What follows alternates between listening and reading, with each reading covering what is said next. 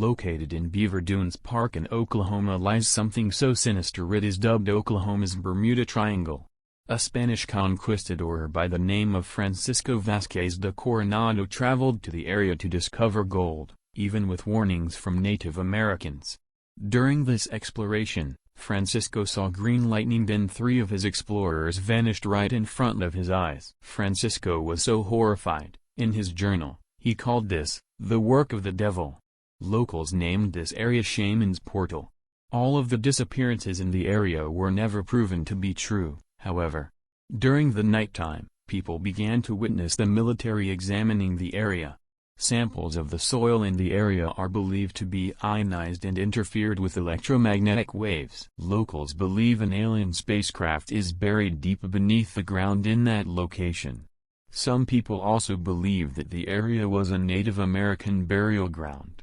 This leads people to question whether or not the Native Americans used some kind of magic to protect the gold that the Europeans were so determined to find. Others think that the area is a portal to another dimension. Whatever it is, I don't think that visiting Shaman's Portal is a very wise thing to do. Most people who reside in major cities use public transportation, such as trains or buses. However, Philadelphia inhabits something more horrific than a simple bus. It doesn't display any destination or route.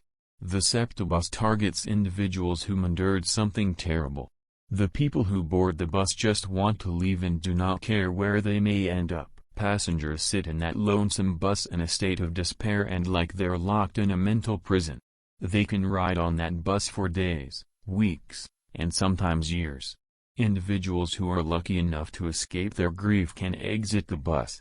Once they do, the passenger only remembers leaving the bus, not entering. The ones who aren't capable of freeing themselves from their state of grief, could be stuck on the bus forever. People who believe of the bus existence say that it will disappear for eternity. Some say the bus will have had enough and take you to where your grief began. I guess you can say that the bus is a one-way ticket to hell.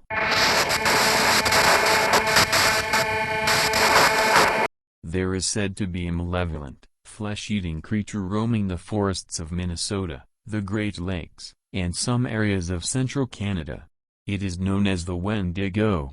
It is a humanoid monster with long claws and pitch-black eyes devoid of any remorse for their cruel attack. The creature originates from Native American tales. According to these stories, Wendigos are formed when a human resorts to cannibalism for survival. Other variations say that humans are possessed by Wendigos when they exhibit extreme greed or gluttony. The creatures are perfect and stealthy hunters and are thought to be able to control the weather. Wendigos are forced to roam the land for eternity, needing to satiate their ravenous appetite with human flesh. If they are unable to do so, they starve to death. Wendigos like to toy with their prey. They stalk them, causing the victim to show intense fear and dread. This makes the Wendigo excited to slaughter their prey. When a Wendigo is about to kill, it lets out a loud howl. No matter where you go, if it catches your scent, you're as good as dead. You can protect yourself with fire. This is because they are scared of fire because people think their hearts are made of ice. Amulets and charms that are put under protective spells can also protect you. If you are brave enough to try to kill a Wendigo, you can only use a weapon made of pure silver through the heart. The pieces of the ice heart must be placed in a silver box and buried under sacred ground. The corpse needs to then be dismembered with a silver axe. The body parts are then to be salted and cremated. The ashes must be thrown into the winds. If you fail to do this, then it will resurrect itself and seek vengeance, to which it will inflict a slow, painful death upon its killer. I don't recommend going into the deep woods knowing something as murderous and cruel could be lurking around.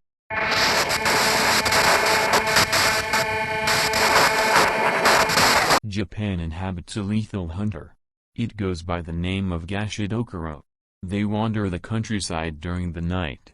If a Gashidokaro spots a human traveling alone, it will sneak up behind them and either crush them to death in their hands or bite their heads off. Gashidokaro are victims of starvation or soldiers who die without a proper funeral. They die in a state of anger and pain. When their bodies decay, their rage turns into a supernatural force. The bones of a multitude of victims are turned into a Gashidokaro. These creatures live until the energy they use runs out. The earliest known accounts of this creature dates to 1,000 years ago during a rebellion against the government. When the leader of the rebellion was killed, his daughter led a cause. She used black magic to convert the corpses of the deceased soldiers into a giant skeleton which attacked Kyoto. I wouldn't dare to walk around Japan late at night with this thing still around looking for potential victims.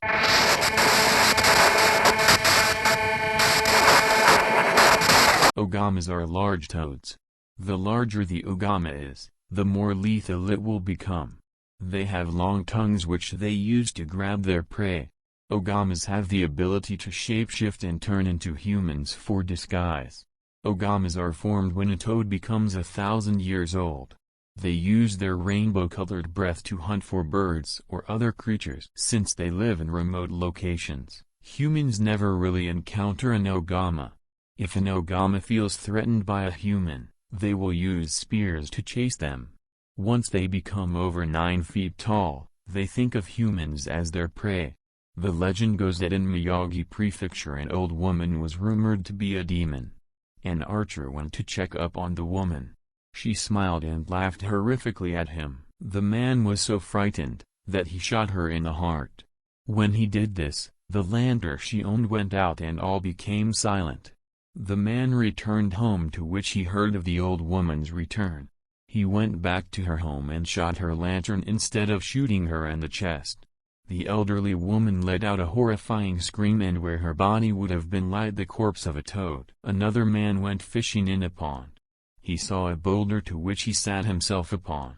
A fisherman from across the pond was watching him until his face lost all its color, and he immediately gathered his belongings and told the other man to follow him. The fisherman explained that the boulder he sat on revealed a glowing, crimson eye. The two went back to the pond and the boulder was missing.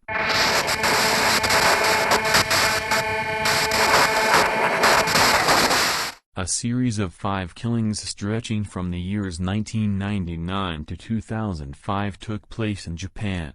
At the crime scenes, the murderer would leave a playing card that had the name Alice written on it in blood.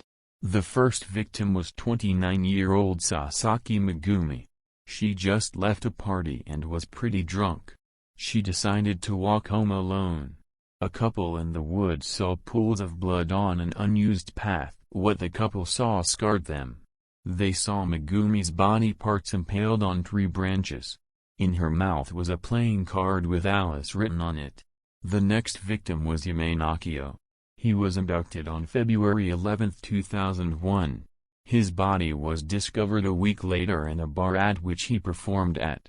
His vocal cords were removed and he had a gunshot wound in his head. In his hands laid his Alice card. The next victim was Sakura. She was abducted and 2 days later her mutilated body was found missing its eyes. A crown was sewn to her head, probably while she was still alive. With her body was a note that said she will forever rule, and death is a distorted dream, among other phrases. The next victims were siblings Hayato and Hina. Their bodies were found on their beds on April 4, 2005. The cause of death was ruled to be lethal injection. Their window was left open, leading authorities to believe that the killer snuck in while they were asleep. The children held half a playing card that also had Alice written on it. The mother, overrun with grief, took her own life. A homeless man named Suzuki Yuta was arrested for the crimes. However, the homeless shelter he lived at had records of him in their files the night of Sakura's murder. He was then released. To this day nobody knows who committed these horrific crimes. The killer may still be wandering around.